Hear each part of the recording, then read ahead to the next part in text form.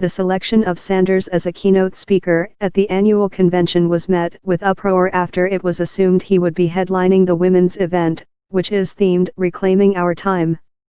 Convention organizers were lambasted online after they announced Sanders's participation, and a petition lobbied to have him dropped from the opening act. But Sanders bowed out of the event himself. In a statement, he said that he felt compelled to head to Puerto Rico, where residents are still struggling after two massive hurricanes caused widespread damage.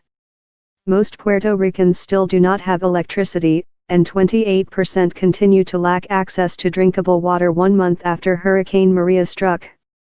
Given the emergency situation in Puerto Rico, I will be traveling there to visit with San Juan Mayor Carmen Yulín Cruz and other officials to determine the best way forward to deal with the devastation the island is experiencing, Sanders said in his statement. The U.S. Congress cannot turn its back on the millions of people in Puerto Rico who, 4 weeks after the hurricane, are still without electricity, food, and running water. Even before Sanders dropped out, the women's convention organizers, who led the women's marches against President Donald Trump's inauguration, tried to quell the outrage. They announced on Tuesday that Michigan Senator Debbie Stabenow would be the opener, and not her male colleague. Senator Sanders was only scheduled to participate in an evening panel discussion, they said.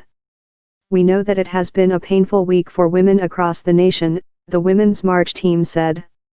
We realize that we added to that pain when we announced Senator Sanders as a speaker at the Women's Convention, and that our announcement gave the impression that he is occupying a central role at the convention.